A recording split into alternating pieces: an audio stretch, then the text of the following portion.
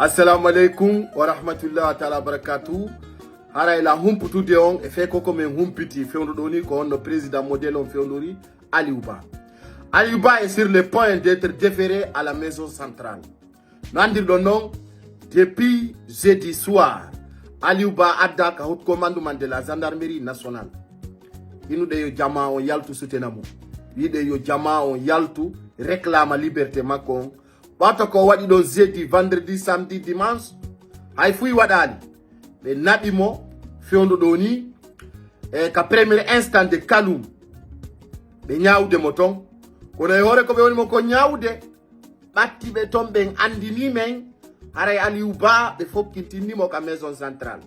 Syrien naissance. Jama on no jodi. Croisi bras. No inna do bon. Allah walli men. Ay kanko bete men andi kombo nangimo. Poro ono konfobe no mimi hutike wallahi billahi tallahi billahi wallahi tallahi ko ay men andi kanko on to woni kombo jogimo no Allah wallime bi kadi wobbe no nawo mi do ampesi de be yo manifesto fala do yo yalto lawo ngol do mimi jogaki koyde goddo mi jogaki juude goddo mi ala nyamminde goddo mono fala nana ko mi wolata ko mono fala acca don fala do yo yalti Kaika bi bemma da holi ara na e commenter yalti wada manifestation dara si tay dum ko min concernata wala ko dum ko min nganyata min lanka churu ngando ka climatiser ngando so yalti kala ko wadi kadi me wola mi ala ni on 2025 me wona na polu pierre ko gonga kambe ngalda me support ya reality mono fala apprécier mono fala acca do menen ko me wa ma wiude ko golla o dore wata dada sa falaka lagine goto na ben goddo Mamadi Doumbouya no ka pale Mohamed 5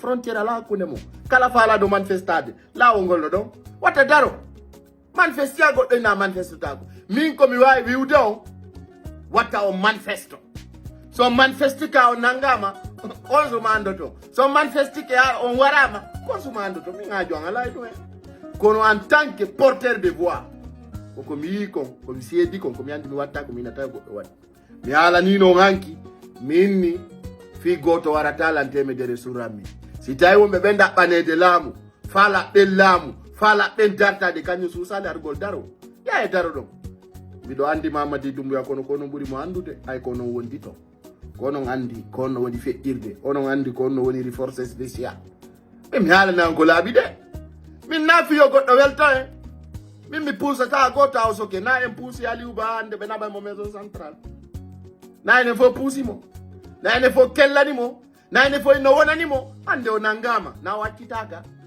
kodi jokkirden billo ba haw soka ni jokkirden fonike men haw soka en jokki Habib Marwan haw sokama en jokki Aliouba kanko kadi hande o tawto yibe iden jodi do innugol tu n'encourages pas la jeunesse ayo jeunesse o yaltu ndara Mamadi Doumbouya wi kala yaltudo be trakay kala yaltudo be nangay kala waddo paga e lendi voli prendre sida hutiti ko kon wola don sida yini dum ko fenande yaltu ndara après tu vas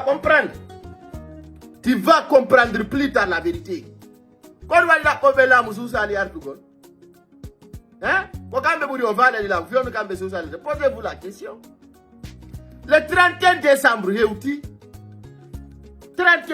hewti ko jango ko dande ni ay goto mabbe hewtani Kona kiritawi on top nada bobe lamu be na société civile na personne posez-vous des questions Aliouba wi do ari tarta gol taw na ndo be nangimo don jodi don ina do no que Dieu lui aide à sortir que Dieu lui sauve ko di wali to leader bebe si ko de be lutta e sacrifice gol mais non c'est impossible adna do se woldira na ligonga woldira na fenande enen wona prefila magol nous sommes pas prêts si de wonno pre ara nene Mamadi Doumbouya ngayniti no nebi kono odo huwa en ko luttete fillede ara fi Aliouba ko dundo fewdi moy point d'être déféré à la maison centrale donc so hewto iton ara kali ko jama ndari ce qu'il a gagné regardez ce qu'il a eu non c'est déplorable on tout awde rien que ça depuis mawbe men ha fewndare men ko non tout enen ko yimbe victimise tobe